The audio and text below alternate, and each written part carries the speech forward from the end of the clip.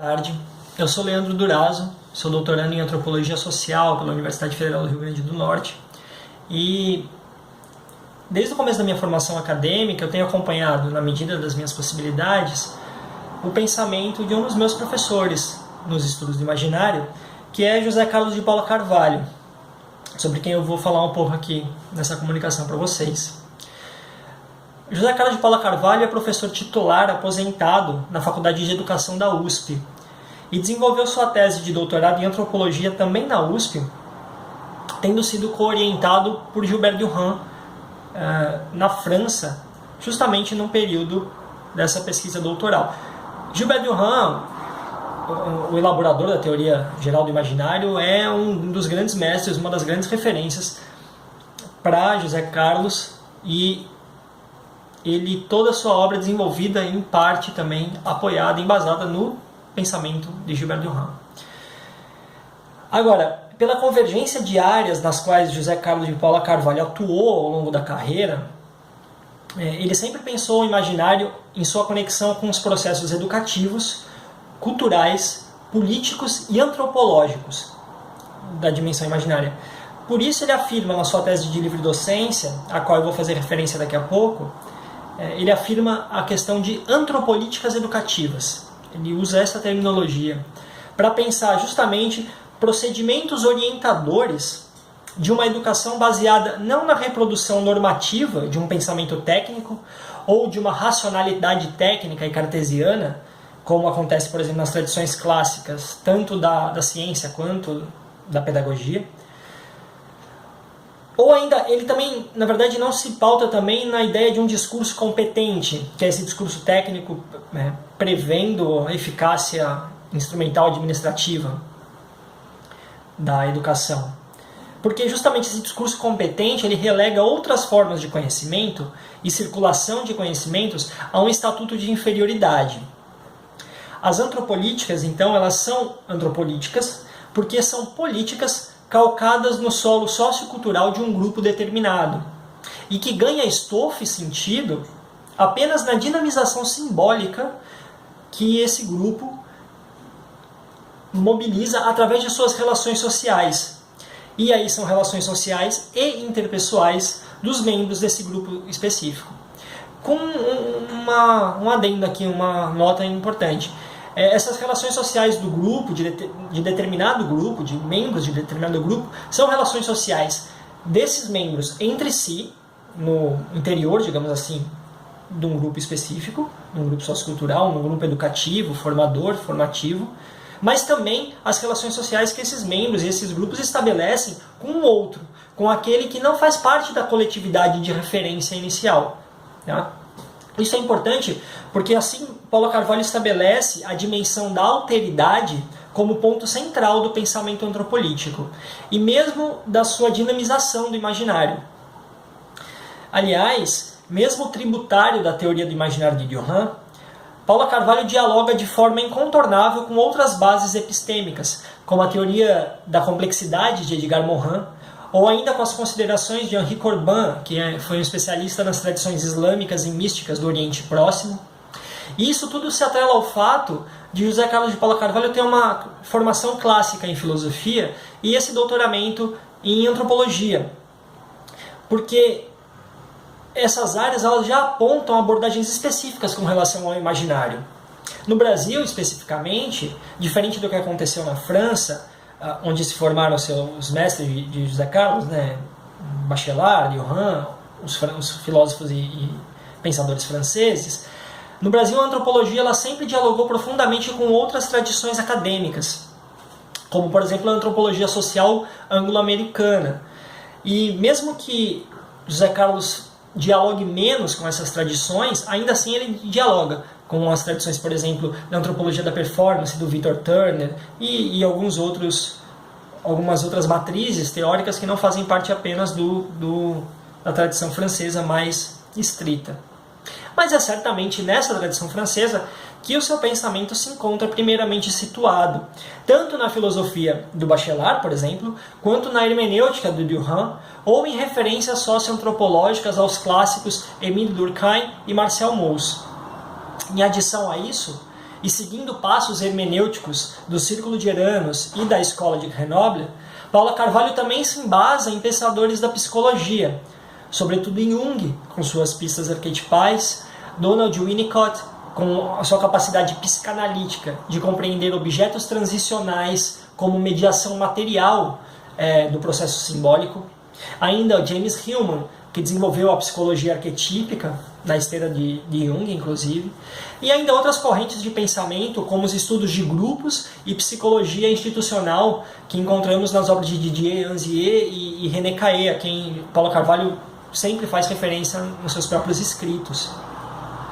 Aliás, essa dimensão psíquica da obra de Paula Carvalho, expandindo referências e diálogos com outras áreas e autores, sempre me pareceu um ponto-chave para compreender, de um ponto de vista radicalmente antropológico e etnográfico, quer dizer, um ponto de vista pautado em estudos de caso e grupos focais, por quais caminhos o imaginário se forma. Não apenas nos grandes cânones civilizacionais e artísticos, mas também na experiência existencial de cada pessoa, dentro de cada grupo, que obviamente varia de acordo com cada contexto. Essa relação entre alteridade, grupos sociais e constituição de imaginários específicos tem sido teorizada ao longo de sua obra. Em Antropologia das Organizações em Educação, um ensaio holonômico, que é a tese de livre docência apresentada por José Carlos da Faculdade de Educação da USP em 1988, muito do seu percurso intelectual está sintetizado. E aí eu digo sintetizado porque resumido, mas sintetizado também no sentido que Johann dá para essa estrutura da imagem. Quer dizer, é uma síntese como uma dramatização, uma sistematização, uma historização e um progressismo do pensamento que ele vinha elaborando até então e continuou desenvolvendo depois disso, depois de 1988. Paula Carvalho reflete sobre dimensões estruturantes das relações sociais dos grupos humanos.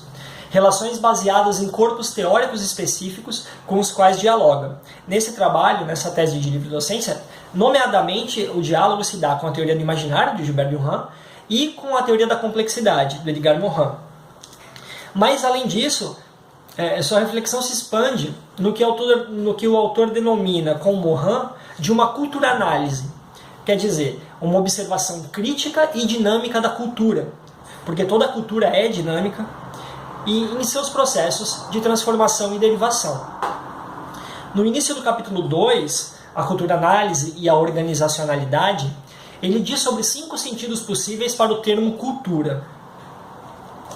Eu vou ler rapidamente aqui os 5 sentidos que ele estabelece. O primeiro sentido é um sentido antropológico.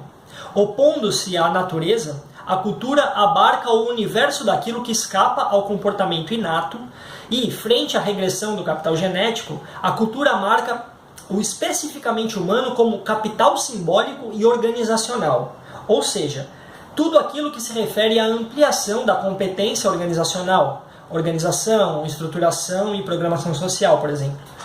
Segundo ponto, sentido antropológico da cultura ainda. A cultura é o universo do sentido, ou seja, a começar pela linguagem, é o universo da produção do sentido nas atividades humanas, abordadas fundamentalmente de modo sêmico-intelectivo. Terceiro sentido, etnográfico. O cultural se opõe ao tecnológico, como o domínio do nomotético, quer dizer, como as crenças, ritos, normas, valores, modelos de comportamento, etc. Tudo isso é cultura. Quarto sentido, sentido sociológico.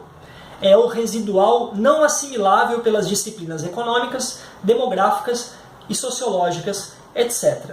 Ou seja, enumerativamente, o domínio do psicoafetivo, a personalidade, a sensibilidade e suas adesividades sociais, reduzindo-se mesmo à dita cultura cultivada, de onde vem o quinto sentido para a cultura, que é a concepção valorativa de cultura, centrada nas humanidades clássicas e no gosto artístico-literário, opondo-se ética e de modo elitário ao inculto e ao popular. Por essa fala, na verdade, para essa nossa fala, para essa nossa conversa, eu acho que podemos reter o segundo sentido de cultura que José Carlos enuncia. Eu vou citar mais uma vez. Abre aspas. Cultura é o universo do sentido, ou seja, a começar pela linguagem, é o universo da produção do sentido nas atividades humanas. Fecha aspas. Embora os outros sentidos sejam parte integrante do complexo cultural, não havendo um sem os outros, este segundo parece ser ponto central para compreender o imaginário na antropologia de Paula Carvalho. Porque é pela produção do sentido e por sua circulação que a cultura estabelece vínculos sociais, laços e vivências, e com isso dinamiza o imaginário não como repositório de imagens estáveis e fixas, mas justamente como um universo de sentido que indivíduos e grupos humanos acionam e com os quais se identificam, a depender de sua história, de seus valores e mesmo dos adjetivos que adicionam a cada substantivo. O Bachelard já tinha indicado que a água turva não é a mesma coisa que a água límpida ou a água cristalina, por mais que todas elas sejam água. Paula Carvalho e Denis Domeneghetti Badia, professor da Unesp, da Universidade Estadual de São Paulo, nesse livro recém-lançado, Os Trabalhos da Imaginação, organizado por Jean-Jacques Funemburger, Alberto Felipe Araújo e Rogério de Almeida, que foi publicado aqui recentemente pela editora da Universidade Federal da Paraíba, eles têm um capítulo no qual definem o seguinte, eu vou ler aqui, abre aspas, o imaginário, no sentido johanniano, que desenvolvemos, é o universo das imagens simbólicas e das representações coletivas, aquilo que Edgar Morin chamara de esfera noológica e Gaston Bachelard de noumenologia. Abarcaria, pois, tanto o imaginário propriamente dito, o universo das configurações simbólicas, quanto o ideário, no sentido próximo ao universo das representações coletivas, em Durkheim e Mauss. Fecha aspas.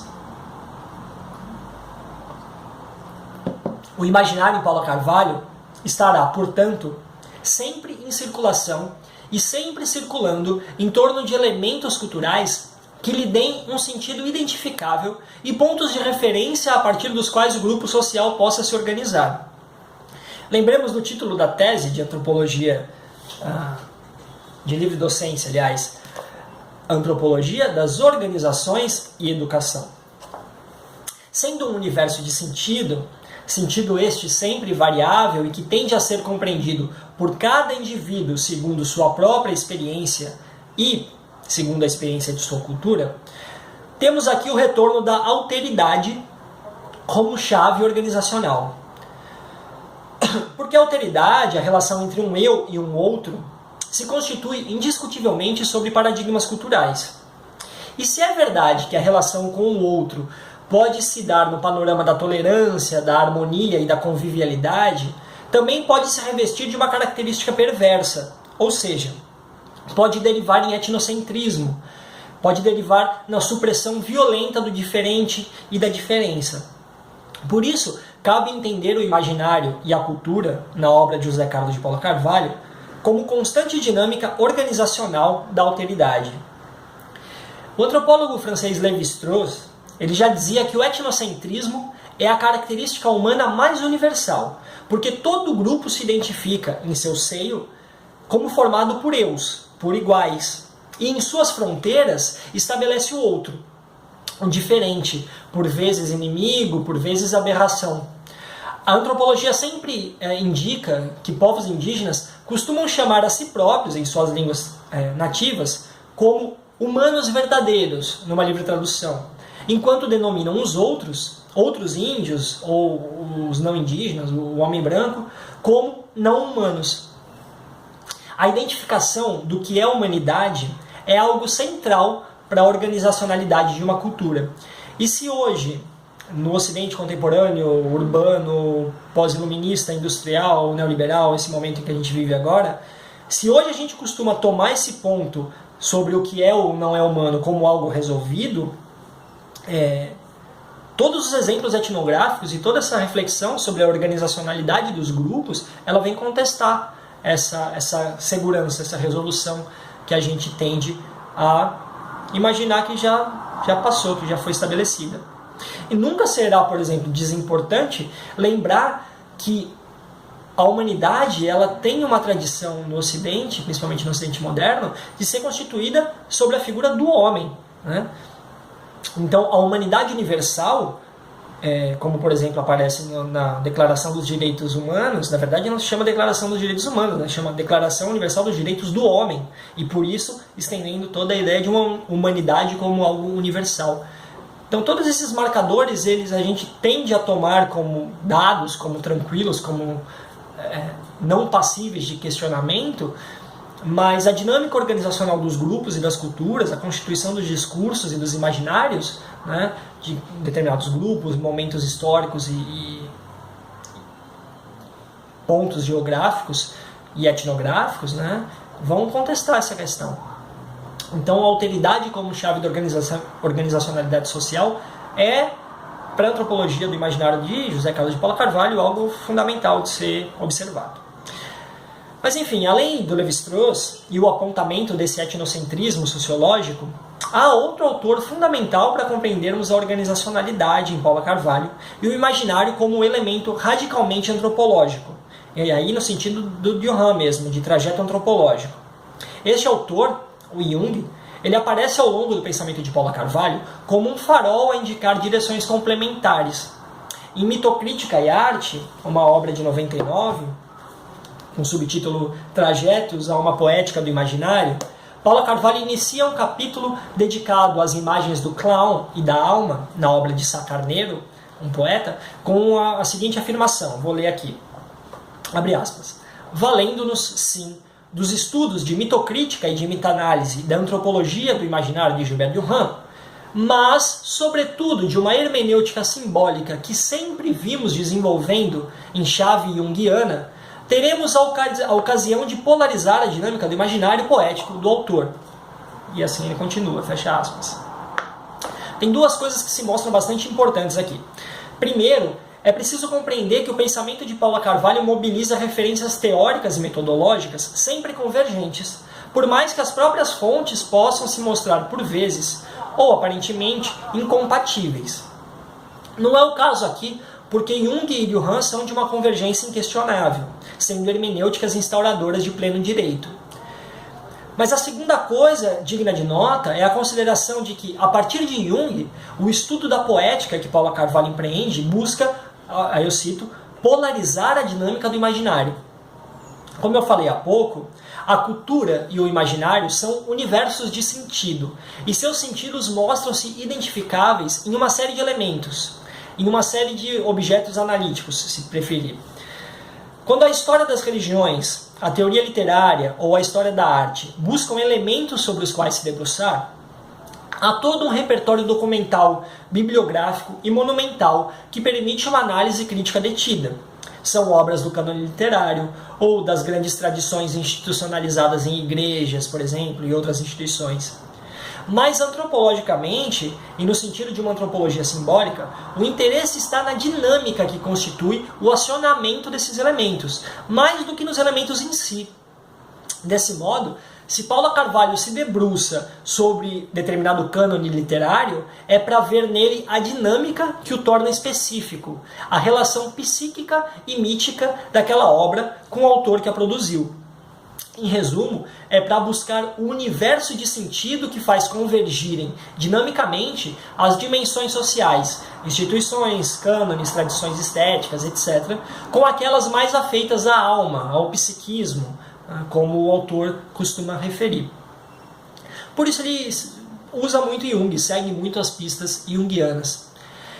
Em uma citação muito interessante, Paula Carvalho parece nos dar a pista para compreendermos o âmago de sua obra enciclopédica. No capítulo 3 de Antropologia das Organizações e Educação, a tese de livre-docência, um capítulo que é intitulado Sociomorfologia do Imaginário, Paisagens Mentais e Antropolíticas Educativas, Paula Carvalho insere, no começo de um dos tópicos, uma citação do Jung, que eu vou ler.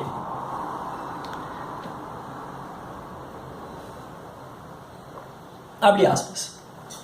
Imaginem alguém tão corajoso que tenha conseguido retirar, sem exceção, todas as suas projeções. Este será um indivíduo que terá tomado consciência de uma sombra incrivelmente densa. tal sujeito terá assumido novos problemas e novos conflitos.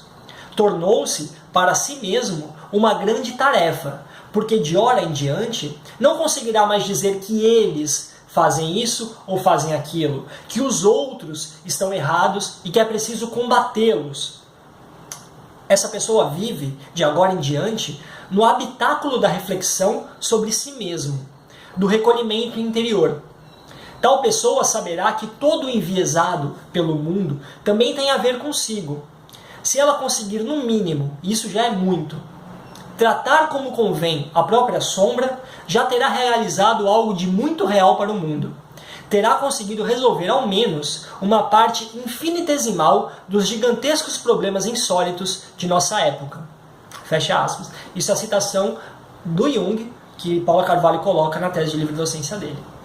Então, a noção antropológica e filosófica de alteridade, na relação do eu com o outro, como uma fronteira sempre dinâmica, ativa e acionada para lidar com as diferenças, para orquestrar organizações e fazer convergir em grupos, é noção também psíquica e existencial. A alteridade existirá tanto para o outro diferente, o estrangeiro, o outsider, aquele que não pertence ao meu grupo, mas também existirá para o outro eu, as minhas internalidades, os fantasmas, as fantasmatizações com as quais, individual ou coletivamente, eu não tenho facilidade em lidar. A alteridade do imaginário, da cultura como centro organizacional, é o que estabelece algumas das maiores balizas para compreendermos o imaginário segundo José Carlos de Paula Carvalho. A alteridade, essa relação eu-outro, é processo pelo qual se evidencia a mediação simbólica, porque apenas podemos nos relacionar através de mediações, e toda mediação cultural é mediação simbólica.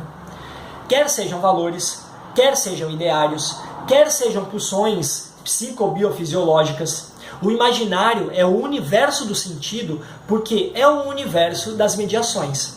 O que torna o imaginário frutífero, o que o faz ser indispensável para a compreensão da existência humana, não é tanto o seu caráter de repositório de imagens estáticas, específicas e reconhecíveis nos cânones culturais, nas grandes obras de arte e de história da civilização, mas é o seu caráter processual, seu caráter dinâmico e sempre movente. Porque o ponto principal de uma perspectiva antropológica sobre o imaginário está justamente nas relações que se estabelecem entre aqueles humanos que vivem e que imaginam. Eu queria agradecer muito aqui o convite do professor Carlos André Cavalcante, que me permitiu estar falando brevemente nesse segundo colóquio Gilberto Johann de Estudos no Imaginário. Queria agradecer também a José Carlos de Paula Carvalho, Denis Domenech Badia, meus mestres e primeiros orientadores nesses estudos, e agradecer a vocês que me ouviram e espero tenham gostado, apreciado um pouco essa fala. A obra de José Carlos de Paula Carvalho é enorme, ela é densa, ela é cheia de nuances e camadas, poderíamos fazer cursos e cursos sobre esse tema, mas eu imaginei que pensar isso, a alteridade como forma organizacional do imaginário, da mediação simbólica, dava um bom resumo de introdução ao pensamento desse autor. Então, novamente, eu agradeço. Muito obrigado.